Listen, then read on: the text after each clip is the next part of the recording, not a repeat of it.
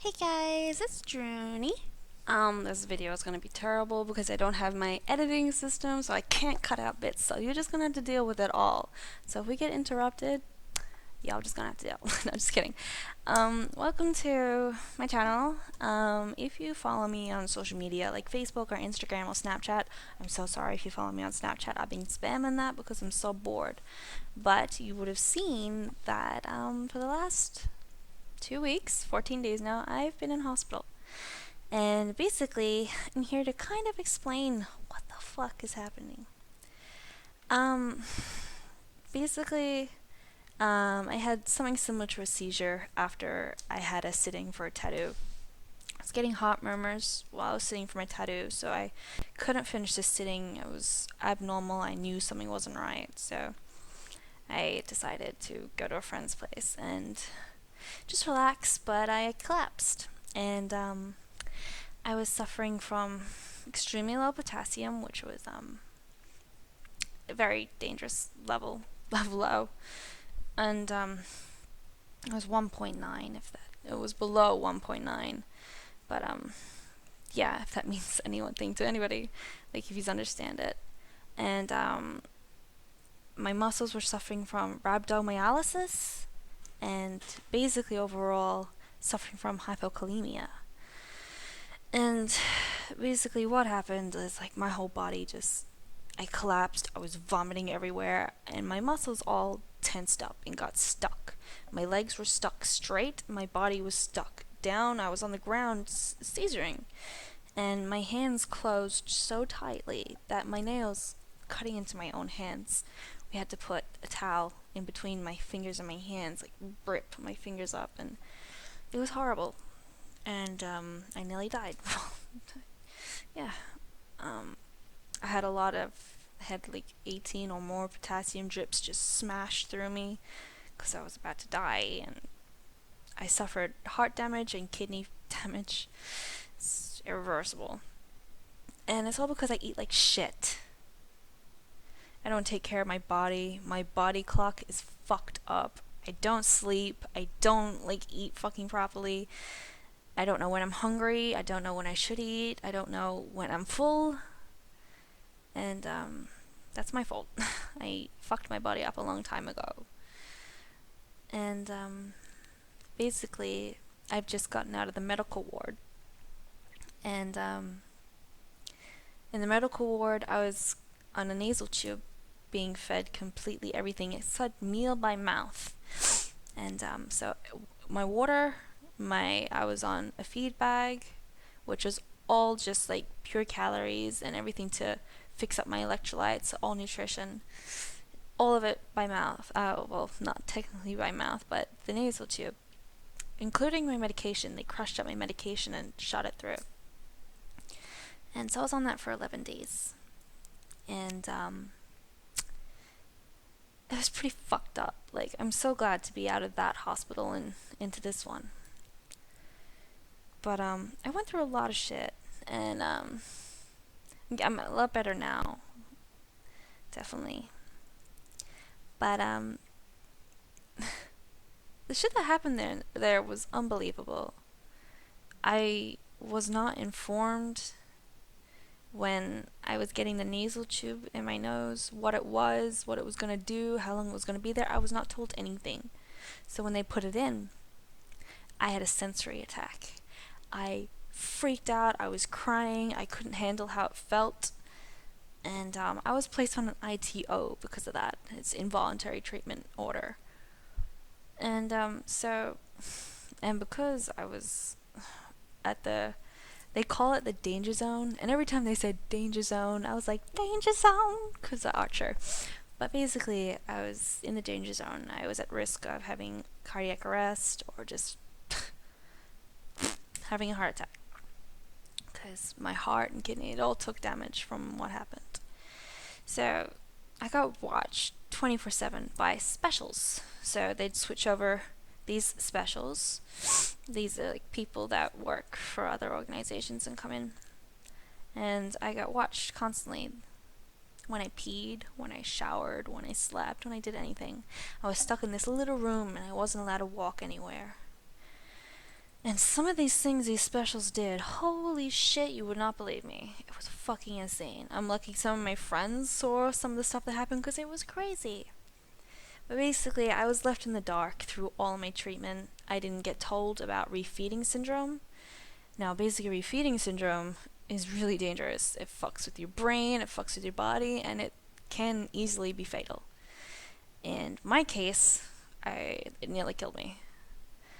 And they didn't tell me what refeeding syndrome was until 7 days after, when I was no longer in the danger zone. So I thought that was pretty fucked up, because I thought it was my right as an adult, and maybe a childish adult, but as an adult to know. But I was not informed of anything. I just had to blatantly shut my mouth and comply, because I was already considered a difficult patient, because when I had this sensory attack, I begged them. I fucking begged them to take it out of my nose. I was terrified. I was freaking out. And I begged them. I was like, I'm going to rip it out. I didn't touch it. But they had me watched in case I ever did pull it out or act up or do anything. So I had no privacy. My humanity was out the fucking window. And man, I was getting stabbed. Like, I still am covered in, you can't really see it, like that huge bruise down there, and I got a huge bruise. Then from taking bloods every day, the pathologist would just kept fucking missing my veins, and it was horrible. Like, one pathologist, she came in, she goes, because they couldn't find my veins anymore, my body had just collapsed. And she was like, I'm not doing this. This is cruel. I'm not doing this. They can give you a PICC line. And she left, because she wasn't going to find anything, because they would try over and over and over and over until I was fucked up. And then a doctor was just like, fine, we'll get somebody else to do it. It was just as easy as that, to pass off this professional's opinion and just keep attacking me. So I got bloods every single day. It was fucked up. But holy shit, some of the stuff these specials did was insane. Like, example, I wasn't allowed to, I had nothing to eat, nothing to drink, nothing. For 11 days. I was hungry. My brain was hungry. My body wanted to eat. These specials were like eating in front of me, and like when I'm trying to sleep, they were like in their chip packets, and I can fucking hear it. It's like so loud in this quiet room, eating and eating. I was like, this is fucking a joke. And at 1 a.m., one of them were on the phone to, you're not meant to take personal calls. She's on the phone to her boyfriend arguing while I'm trying to sleep. And I'm like, are you for real? It's fucking crazy. And like every time I had a shower, they wouldn't stop staring at my boobs. I'm like, take a fucking picture. Like, it's so bad. And oh my god, I had one lecture me, because none of them had the light on when I was trying to sleep. And then one nurse, she fucking hated me. She had the light on while I was trying to sleep, and I was like, do you mind? I'm trying to sleep. And she lectured me for 40 minutes. Her exact words, I quote, how she started the lecture was, look, I'm better than all the other nurses you've had watch you. I'm gonna follow policy. I was like, and I found out later the policy is keep the light on if the patient is confused or disoriented. I was not confused. I was not disoriented. I was tired and trying to go to sleep. So she just didn't like me. I had one special who was just, she needed a doctor. I'm not a very social person. I don't like to talk much.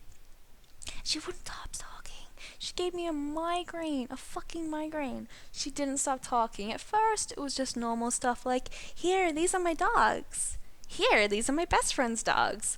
Oh my god, look what my best friend's dogs did. It was friendly. But then it got to, this is my Tinder boyfriend. I met him like a month ago, but we've never met in person. We fight about this, that, and this. This is what he looks like with a beard. This is what he looks like without a beard. He's really cute. And I was like, what is happening right now?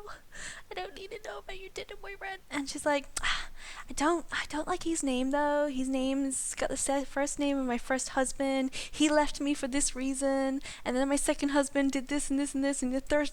I didn't need to know this stuff. Okay, I found out she's 54. She has had 3 husbands, and I was like, oh my god, I didn't need to know this stuff. And then she told me really triggering things, like she's had stillborn babies, and I was like, holy shit, don't tell me this. I'm sick. I'm tired. I don't need to hear this. So she's telling me all this stuff, and I'm freaking out. But so she didn't stop talking the whole fucking time. She just went and went and went and went with crazy shit I didn't need to know. You don't talk to this stuff with a patient. You don't. And my friend came, and if you know me, I get really into board games. I get really into card games. I love that shit. And when you're in a little fucking room where you can't go anywhere, card games is all I have. So we were playing this game called Skip-Bo. And Skip-Bo is kind of a long card game, like 40 minutes to an hour. Depends how big you make your deck.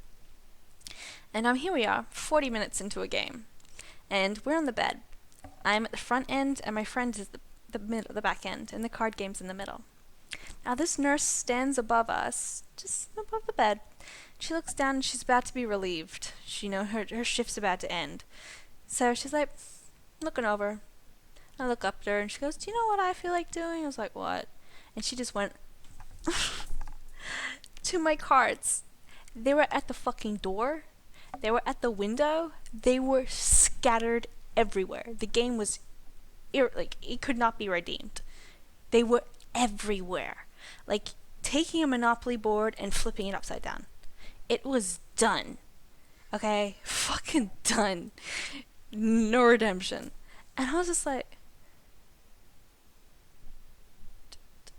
did you just fucking see that? Did that just fucking happen? Oh my god. I was about to snap. I was like, fuck. I had my IV drip in, my fucking nasal tube. I'm like, I'm about to get up and kill this bitch. I nearly snapped. And I couldn't snap because I was already on ITO. I was like, fuck. Jesus fucking Christ. You know what the worst thing about it is? When you're on ITO, anything you say doesn't fucking matter, or it's a lie. So I had friends to see some of the shit that was happening so they could back me up. But the stuff that happened at night, it was all a fucking lie as far as the doctors and shit were concerned. Like, it got to the point where a special could slap me in my fucking face if we were alone. And if I told a doctor, they would just assume I was lying. It was fucked up. This shit that I got ignored. I'd ask a doctor a question. He'd like, okay, I'll find the answer and come back. They never came back. Constantly. I was left in the dark. It was just shit. And I'm glad to be out of there. Now, I'm kind of in a mental health place where I'm on a diet plan and they watch me eat. They make sure I'm eating the right stuff. And it's like a really strict diet plan, and it's to get my body clock back in order and to fix everything. So I'm here for a while. I have some privacy. I can pee on my own. I don't get watched. But yeah, it's still kind of scary here. Like, there are some serious people here. And I'm just like this quiet little mouse, and there's people yelling, and I'm like, oh shit, fuck. So yeah, I just stay in my room as much as I can. But yeah, I to keep my sanity, ended up making like a GoFundMe to get a laptop. But my amazing friend surprised me with a laptop, so all the money that went into that fund is going into paying for the laptop. So thank you to my friend Oliver. Thank you. So it's kept me sane, and I'm making this video to, I don't know, keep you up to date, make a vlog, something, because I'm going a little bit crazy, and I'll probably leave this place crazy, but at least I'll leave it healthy. So yeah, nasal tube out, I'm feeling a lot better, and I have video games, so I'm happy. So if you have any questions, I'll answer them the best I can, but I got really lacking information too. So thank you for watching, and thank you everyone for your kind words and everything. It's meant the world to me, and I'll be in here for a while longer, but I will recover. Bye guys.